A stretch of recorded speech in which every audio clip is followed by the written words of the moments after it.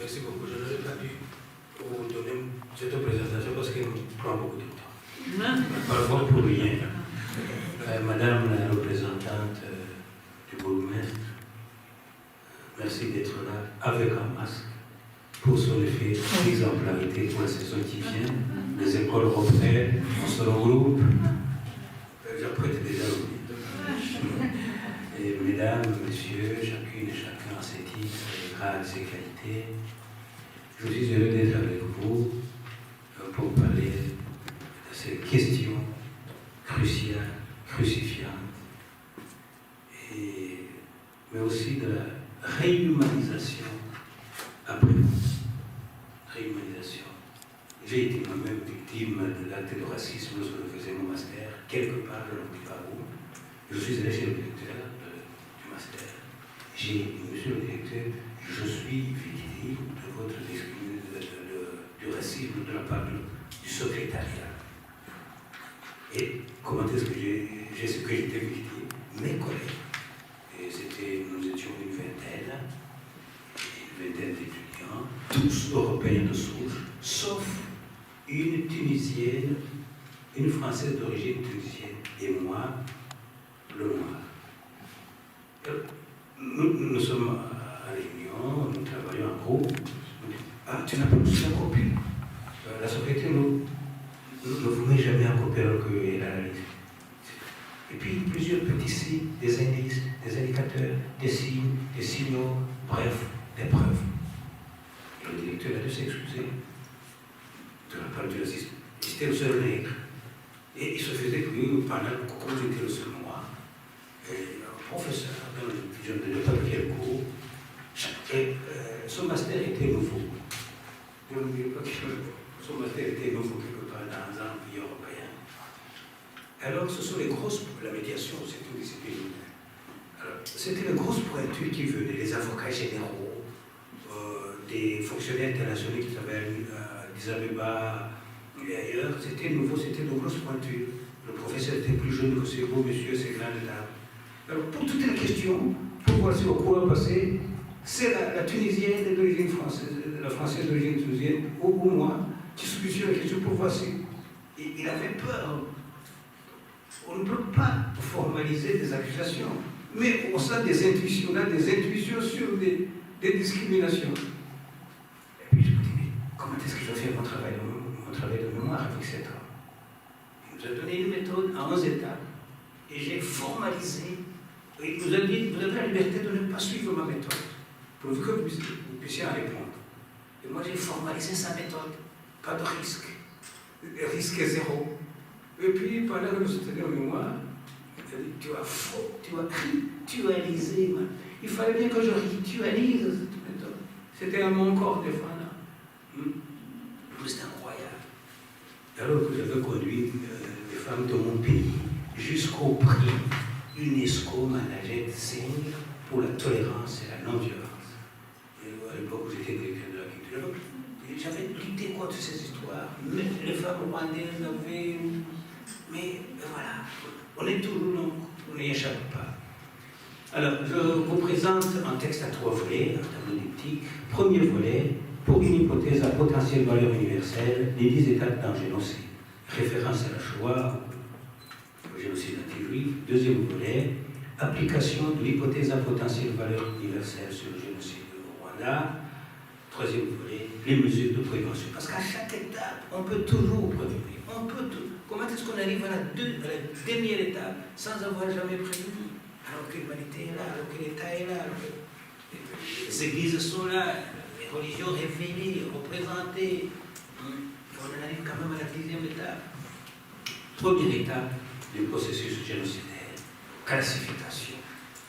Division des personnes entre nous et eux. Nous, les Allemands, race alliée, puis ces autres, vermis, race juive. C'est selon une base ethnique, raciale, religieuse, nationalité, plusieurs critères pour discriminer, pour classifier. Attention au mot racisme, le mot race. Le mot race que j'entends souvent est à prendre avec sa connotation sociologique. Parce que nous sommes tous les mêmes. Il est scientifiquement établi que nous sommes d'une même espèce. Tous les Noirs, tous les hommes sont nés chez nous en Afrique de l'Est. Vous étiez tous noirs, vous avez été décolorés en cours de route. Oui, et la preuve que nous sommes tous les mêmes, une même espèce. Un Rwandais, un Africain sont mariés avec une Chinoise, ils font des enfants. Vous ne pouvez pas avoir un petit entre une vache qui est pourtant un ruminant et un cheval. On n'a jamais essayé.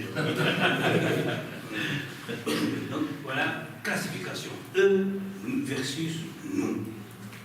Ce fut le cas en Allemagne, ce fut le cas au Rwanda, ce fut le cas chez les Arméniens, c'est toujours le cas ailleurs, même si vous n'allez pas encore aux extrémités. On demande à Le Pen, monsieur le papa de la dame, Marine Le Pen, qui est-ce que vous préférez, les Noirs ou les Arabes? Réponse: je préfère le Noir parce que lui, on le reconnaît de loin. Pourquoi est-ce qu'on classifie?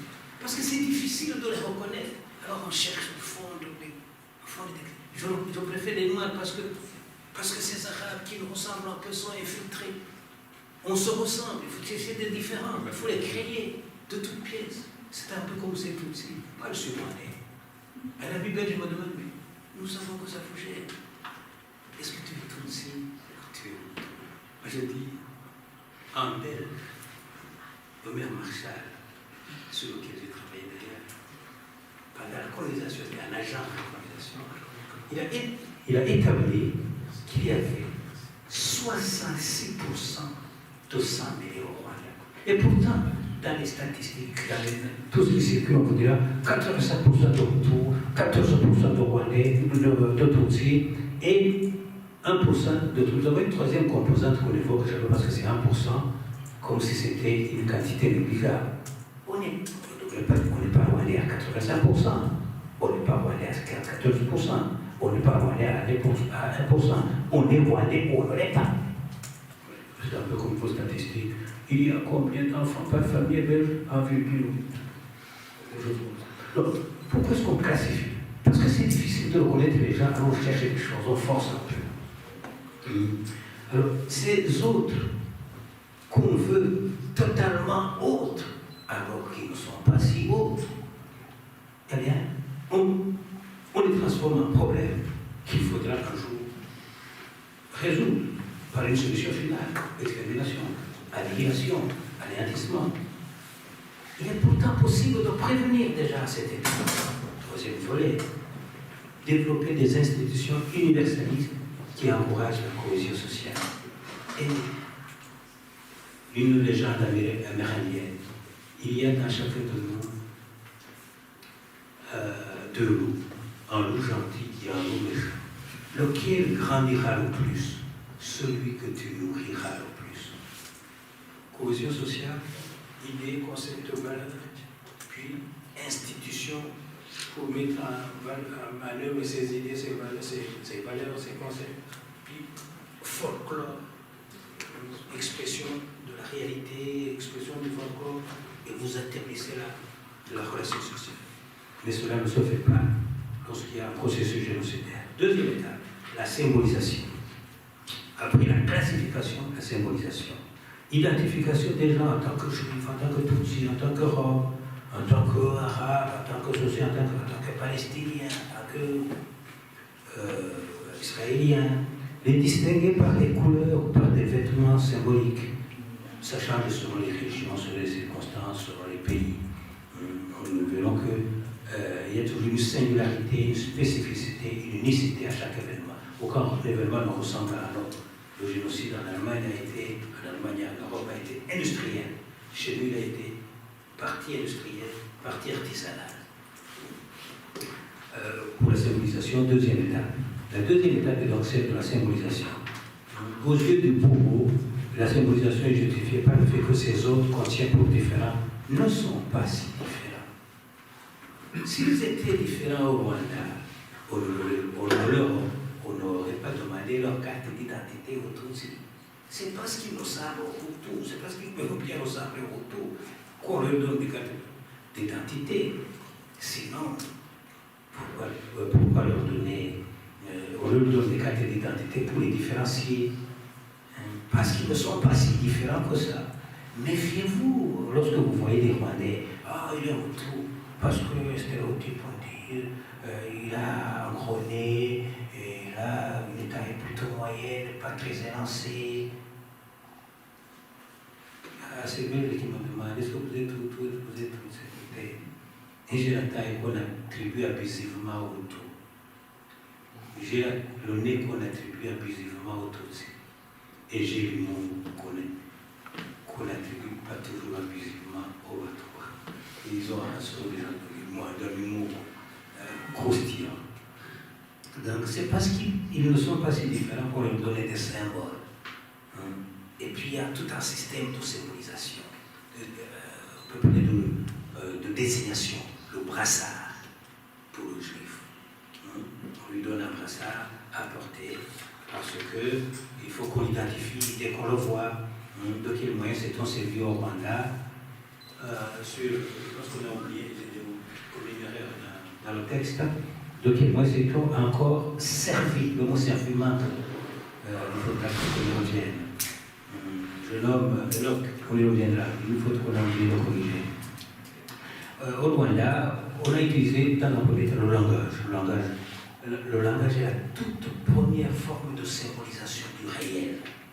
La réalité est d'abord coulée ou moulée dans le mot, dans le verbe. Il se trouve d'autre part et consubstantiellement des supports matériels, carte d'identité à mention ethnique ou raciale, marquage des habitations. Cela s'est fait, comme on le voit chez Hatzfeld, dans un roman qu'il a écrit, au Gisela établissement de liste, la liste de Schindler. Vous connaissez son film, oui, j'ai vu la liste, toujours la liste. Troisième, classification, première étape. Deuxième étape, symbolisation, troisième étape, discrimination. Cette étape, encore, on pouvait la prévenir. On pouvait la prévenir. La deuxième étape, la prévenir comment? Rendre illégaux les symboles et les discours de haine, ainsi que les vêtements qui identifient les groupes les rendre illégaux. Si on tient de toute force, de façon impénitente, parce que les juifs portent un brassard pour qu'ils soient stigmatisés, il faut rendre illégal de telles démarches. Troisième étape, la discrimination, dont vous avez très très bien parlé. Il m'a été difficile d'aller jusqu'au bout du processus de déshumanisation dans le génocide, et j'ai eu besoin d'un processus de réhumanisation pour que je puisse tenir au milieu de ma thèse de doctorat, tout ce que je lisais sur les Juifs, sur les Tutsis, sur les Arméniens et sur bien d'autres. Il n'y a pas que. Le Congo a connu 20 millions de victimes coupées. Cela ne se dit pas encore tout à fait comme il faut. De la colonisation, Léopold II, c'est ça. Congo belge. La discrimination, pourquoi on est heureux de voir que, même ici où on parle de statistiques qui sont des tendances, qui indiquent des tendances plutôt qu'autre chose, parfois on est surpris à bien pour ces jeunes Africains, noirs africains, qui étudient avec leurs camarades blancs de souche et qui sont bien. Mon fils me dit un jour, papa, je vais faire la communication politique européenne, un master. C'était nouveau. Communication politique. Mon premier sentiment, je lui dis, mais communication politique européenne, est-ce que ça c'est pour toi? Et mon fils, qui s'est marié samedi passé, me dit, mais papa, je suis belge. Oui, mon réflexe a été celui que vous devinez. J'ai 67 ans, je suis né à Saint-Martin. J'ai grandi dans mon pays, très peu dans mon pays, mais au Burundi. Mon premier réflexe a été de dire à mon fils, qu'est-ce que tu peux bien faire au master européen en médiation? Mais papa, je suis belge. Il avait fait aussi des supérieurs ici, des humanités. Et puis, il a fait ça. Et le premier mois, tous ses camarades qui étaient pleins de souche, pas un seul moine, pas un seul arabe, eh bien, ils l'ont élu chef de classe. Normal, il a évolué ici. Les enfants, les jeunes belges n'ont pas toujours des préjugés de leur papa, qui ont été des colonisateurs pour certains. Un professeur, Romain, il travaille avec lui pour son travail de mémoire. moi, je l'ai de là parce que ma spécialité, comme on me l'a dit, c'est l'orthographe, les accents aigus, c'est le complexe, les trémas et les séries.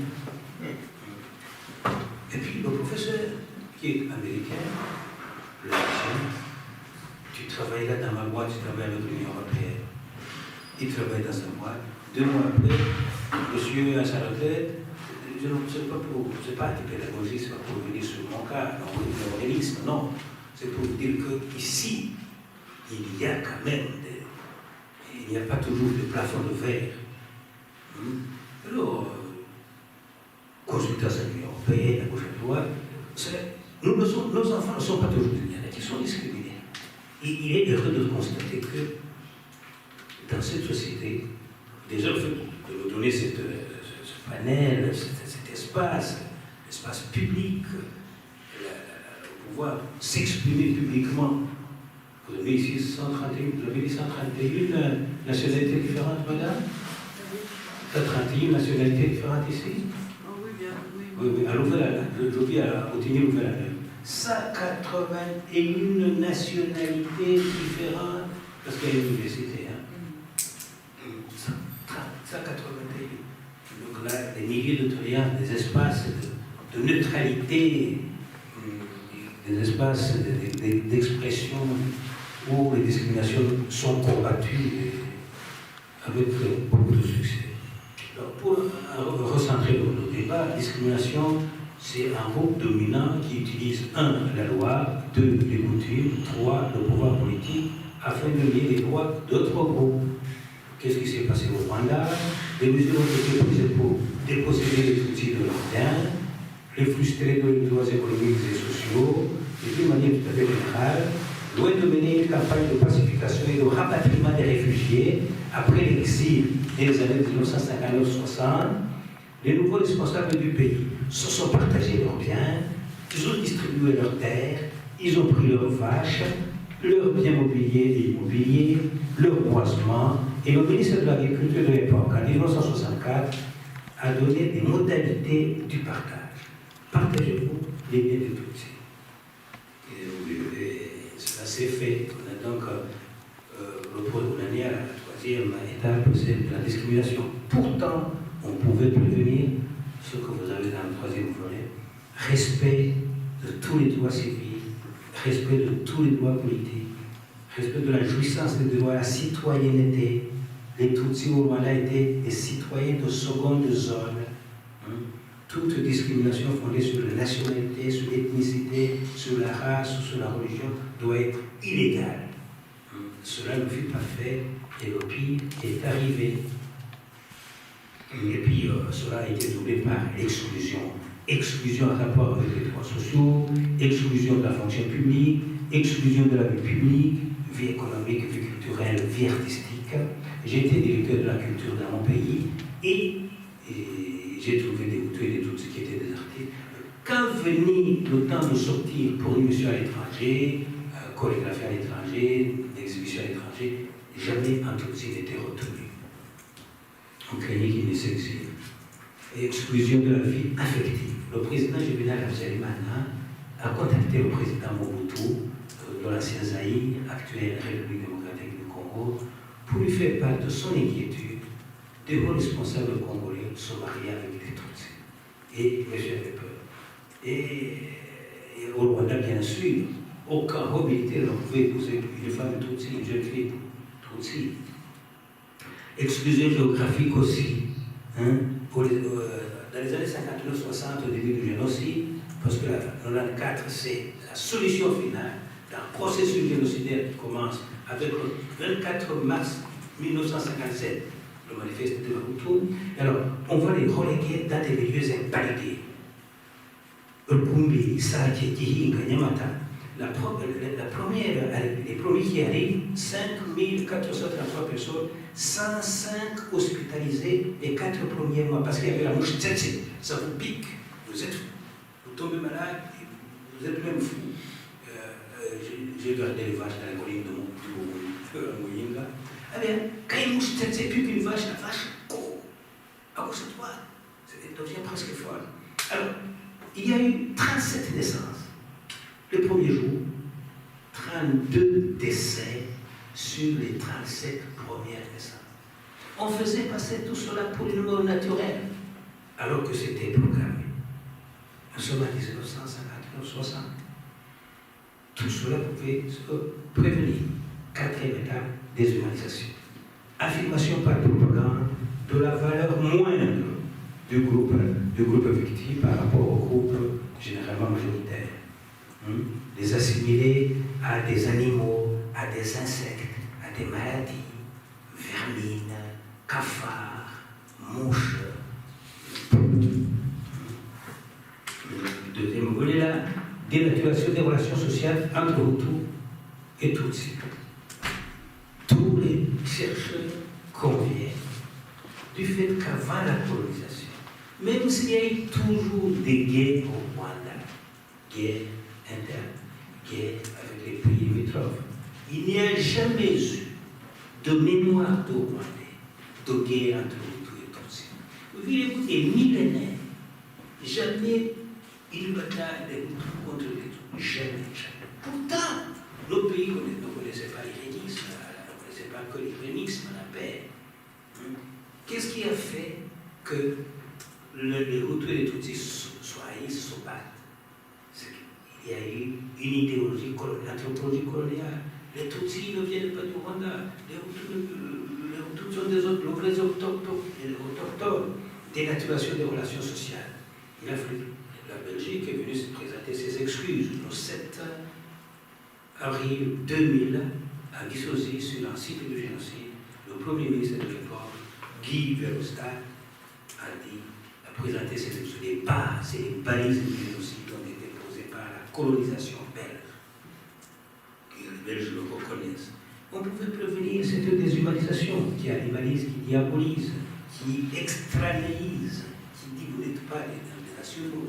Condamner rapidement, rendre culturellement inacceptable les discours et les crimes haineux, sanctionner les citations au génocide. Il y a au Burundi aujourd'hui une personne qui sont très mal.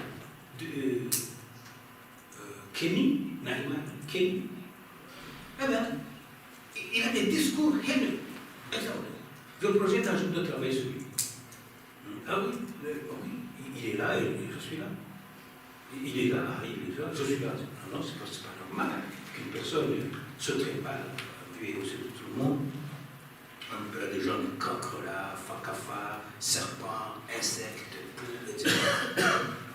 Cinquième étape, organisation du génocide. Concevoir des plans de meurtre génocidaires, en général par l'État, par son armée et par des ministres. J'ai lu un jour son mot de l'actuel président du Burundi qui a dit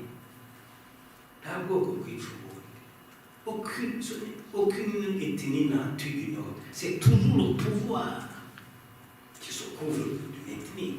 C'est toujours le pouvoir. Jamais un Hutu n'a levé sa machette pour tuer un Tutsi tant que le pouvoir ne l'y a pas incité. Jamais un Allemand n'a voulu tuer un Juif tant que Hitler et ses nazis ne s'arrêtaient pas entichés, ne s'étaient pas emballés. Jamais. C'est toujours le pouvoir. Jamais. Aujourd'hui au Rwanda, tous les Tutsis sont sur les mêmes marches, dans le même truc. J'ai marié des jeunes Tutsis et des jeunes Hutus au lendemain du génocide, devant des cadavres qui n'étaient pas encore tout à fait pourris. Hutus et Tutsis sont remariés. J'ai remarié ici. Des Tutsis extrémistes disent ah, il est marié des Hutus et des Tutsis. Des Hutus extrémistes disent il est marié. Qu'est-ce que je ne sais pas. Je n'ai jamais concocté un mariage. Il m'invite. Venez nous marier. Vous êtes un petit notable comme vous êtes moi. Venez nous marier. Les Hutus et les Tutsis sont mariés ici, en Belgique, au Rwanda et ailleurs. Mais il y a des extrémistes, de vieux extrémistes, bien évidemment, et de jeunes extrémistes. Oui, il n'y a pas que les vieux. Mais le triomphe de l'amour, la haine est le triomphe de l'amour. Ça, c'est quelque chose d'extraordinaire. Organisation donc de conception de ces plans. Les tout premiers massacres datent du 1er novembre 1959. On a fait courir en bout. Il y a toujours un événement déclencheur, comme l'incident de Sarajevo. Première Guerre mondiale, comme il y a toujours une occasion, la nuit de cristal, ici, le 1er novembre 1959, on a fait la propagande anti-Tutsi a fait courir en bruit, selon lequel deux jeunes Tutsis avaient molesté, voire tué un sous-chef ou un chef auto. Et alors on s'est reçu le premier Tutsi pour les tuer. En fait, il n'en avait pas, il s'était peut-être préparé, mais il n'y avait pas eu de mort d'homme. Le premier, et on a parlé de Toussaint Rouge. Et puis les massacres deviendront cycliques, périodiques, sporadiques, de 1959 à 1994. Il y avait encore moyen de prévenir. Prévenir de 5 manières différentes. Interdire l'adhésion à la milice, sanctionner les dirigeants, imposer des embargos sur les armes des pays qui commettent des choses comme ça, commission d'enquête, etc. 6e étape du processus génocidaire, polarisation. Amplification des différences entre les groupes par la propagande. J'ai déjà parlé de l'esthétique et des oppositions, mais quelle esthétique mortifère. Amplification des différences. On les a dit, on les a notées, on les amplifie, on les grossit. Interdiction d'interaction entre les groupes, puis meurtre de membres modérés du groupe d'oppresseurs. On ne pouvait pas tuer un seul Tutsi en 1994 sans avoir éliminé la première ministre Hutu qui ne voulait pas ce génocide. Il faut que le Rwandais le sachent et le disent haut et fort. Avant de tuer les Tutsis, on a éliminé les Hutus du pouvoir qui allait les protéger. La première ministre, Winnie Binyimana a été assassinée, la première, avec les 10 casques bleus, vous la prenez souvent, qui la protégeait. Éliminons la première ministre Hutu qui ne veut pas de la mort des Tutsis. Éliminons aussi les casques bleus belges, les 10 casques bleus belges qui la protègent. On n'allait pas commettre de génocide sans éliminer, évidemment, ces Hutus ne sont pas à cause de génocide, mais à cause de leur protection, de leur refus de génocide. C'est comme ça. Et puis, il y avait aussi d'autres personnalités, des démocrates. Ils ont un cimetière sur une des plus hautes collines de Kigali. Ces démocrates Hutus, qu'on a éliminés d'abord, avant de procéder au génocide des Tutsis. Et le discours politique, aujourd'hui, essaye pour l'établissement d'équilibres internes. Et chaque fois, on donne des prix aux gens qui en ont sauvé d'autres. Il y a des Hutus qui sont morts. Un prêtre du côté de chez vous, un prêtre du côté de Roi Makana, un prêtre Hutu, on vient tuer des Tutsis qui sont dans son église. Vous ne pouvez pas tuer ces gens. Si vous refusez qu'on tue, on te tue avec. C'est quelle paroisse? Mokaragi. Un Hutu s'est offert. Des Hutus se sont offerts pour mourir. Moi, je suis Tutsi. Je me demande, est-ce que je n'aurais pas été croire si la situation avait été inversée? C'était des Hutus c'était des Tutsis qui massacraient des Hutus. Si le génocide était anti-Hutu, peut-être pas des Tutsis. Seigneur Dieu des armées, aurais j'ai eu son courage. Il m'a été confié un travail, parce que je me directeur de la culture et des arts. J'ai procédé dans tout le pays pendant 5 ans et 3 mois, du 28 décembre 1995 au 26 mars 2001, au recensement de tous les sites du génocide, de colline en colline. Et il y avait à 3 volets les victimes, établissement des listes de victimes, établissement des listes des bourreaux, établissement des listes des gens qui avaient protégé. Et pour mériter le titre de protecteur, pour figurer parmi les justes du Rwanda parmi les nations, il fallait être Hutu, parce que Tutsi était recherché. Alors, il y a eu des Hutus. Aujourd'hui, on a découvert aujourd'hui, on leur donne des prix au 4 juillet de chaque année. Donc, pour l'établissement d'équilibres internes dans la société du Rwanda, le nouveau contrat social de la constitution rwandaise, eh bien, on doit connaître les hommes de la tolérance. Liste des bourreaux présumés, jugés par la suite, liste des victimes, liste des hommes de la tolérance. C'est grâce à eux que le Rwanda tient encore. Il y a un mot, il y a, vous avez dit, le pacte sacré. Protecteur, il y a polarisation, donc amplification, de 1959 à 1993, et puis ça trouvera le paroxysme en 1994. Et les membres je viens de vous en parler, le meurtre des membres mondiaux du groupe oppresseur date de la même époque. Le président Kayibanda, l'initiateur objectif du génocide, et c'est attesté par tous les chercheurs, son cousin germain, le fils de son nom, était contre cette politique de Kayibanda. Tout le peuple va être mis dans le sac. Tous les Tutsis ne peuvent pas être mis dans le sac. C'est ça qu'on ne comprend pas. Il n'y a pas d'un côté. Tous les mauvais, tous les Hutus sont mauvais. Tous les Tutsis pour se venger. Mais très vite, on les a arrêtés. Mais il y en a eu. Il y en a encore qui voudraient se venger, c'est sûr.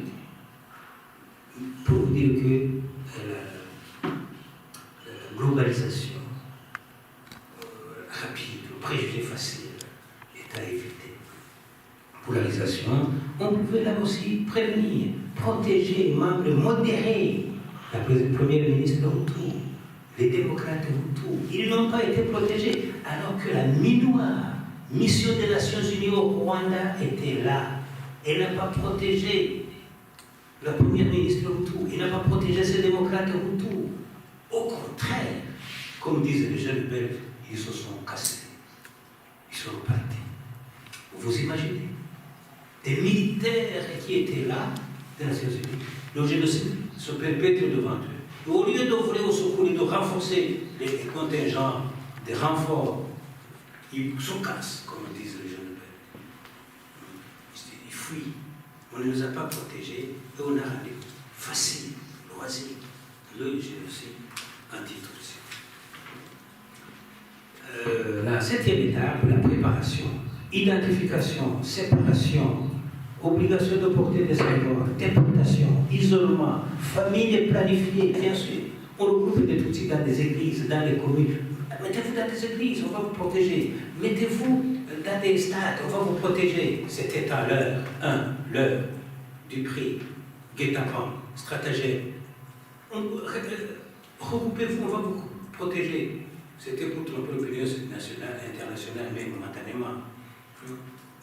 Puis les séparer des Hutus, comme on a séparé les Juifs des Allemands, pour que les Hutus s'habituent à l'absence des Tutsis. Et quand ils mouraient, pour que les Allemands s'absentent des zones, s'habituent à l'absence des Juifs, il faut les séparer dans un premier temps. Et quand ils mourront, après tout, ils étaient partis, on ne les voyait plus.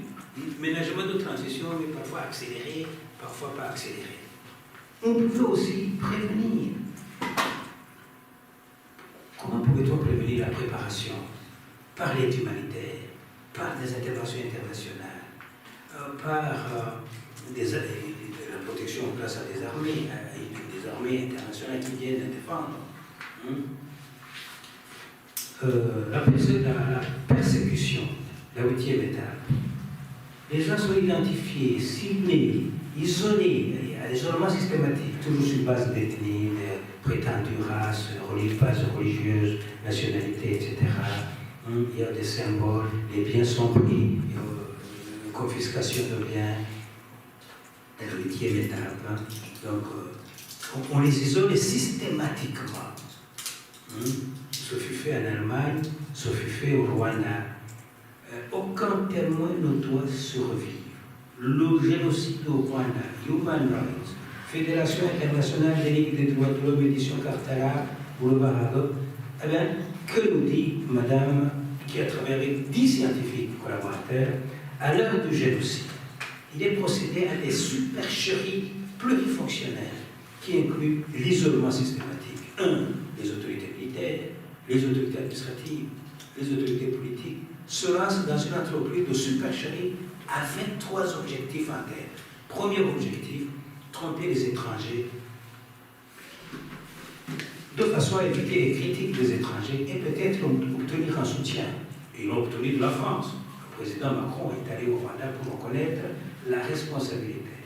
Mais dans la subtilité et facticité de la belle langue diplomatique de la France, il y a responsabilité de sa culpabilité. Responsabilité. J'ai fait un défi du responder. Responsabilité vient de responder. Responder, c'est répondre. On répond de, et cependant on n'est pas content. Allez-y voir. Le droit n'est pas toujours justice. Le droit n'est pas toujours justice. Il y avait un droit sur Hitler. Est-ce que c'était juste? Il y avait un droit, un système juridique. Droit et justice, ce sont deux.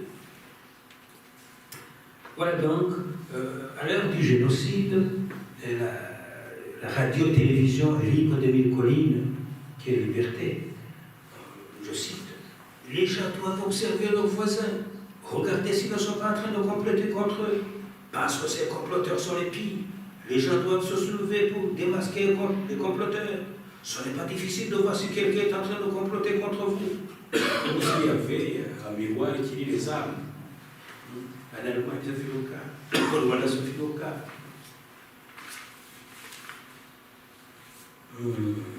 L'extermination. 5 minutes encore. Bon, l'extermination. Avec tout ce que j'ai dit, vous avez pressenti que la fin s'approchait. Vous avez vu sur le texte et je souhaite que ce texte vous soit distribué à tous. Laissez vos emails, laissez vos numéros de téléphone, j'ai mon texte, vous l'aurez. Donc, pour terminer, je vous dis qu'il est toujours possible de prévenir. Dans mon master européen en médiation, j'ai écrit comme phrase en exergue, même dans le pire des bourreaux, il y a encore des lambeaux d'humanité. Je vous remercie.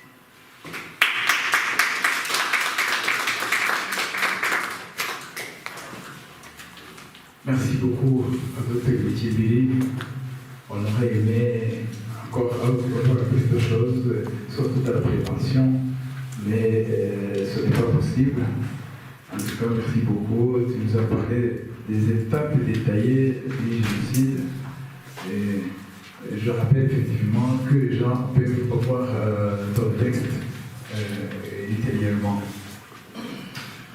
Voilà, je pense qu'on est arrivé à l'heure de notre pause café. Bien mérité. Merci pour votre attention. On va avoir une pause café et puis on continue avec le de